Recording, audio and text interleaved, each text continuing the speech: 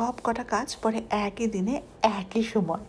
আজকের দিনটা ভীষণ স্পেশাল, যার সেলিব্রেশন পর্ব অলরেডি শেয়ার করে ফেলেছি, কিন্তু ছোট্ট মানুষগুলো যে আসবে তাদের জন্য রিটার্ন গিফটই কেনা হয়নি।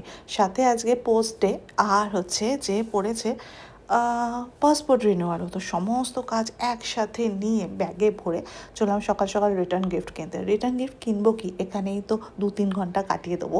মানে নিজের পছন্দের জিনিসগুলো দেখতে দেখতে কীভাবে জানি না কেটে যায়। আমার মনে হয় সব মেয়েদেরই এই সেকশনগুলোতে আসলে টাইম কাটবে, শুধু বাচ্চাদের তো নয়, আমাদের বড়োদেরও এইভাবেই টাইম কেটে যায়। হাতে অনেকগুলো কাজ নিয়ে বেরিয়েছিলাম, সাথে ছোট্ট মানুষগুলোর না রিটার্ন গিফটসগুলো কেনা হয়নি, সেগুলোই কেনার তোড়জোড় চলছে। আর বুবুকে নিয়ে আসলে তো আর একটু টাইম যাবেই।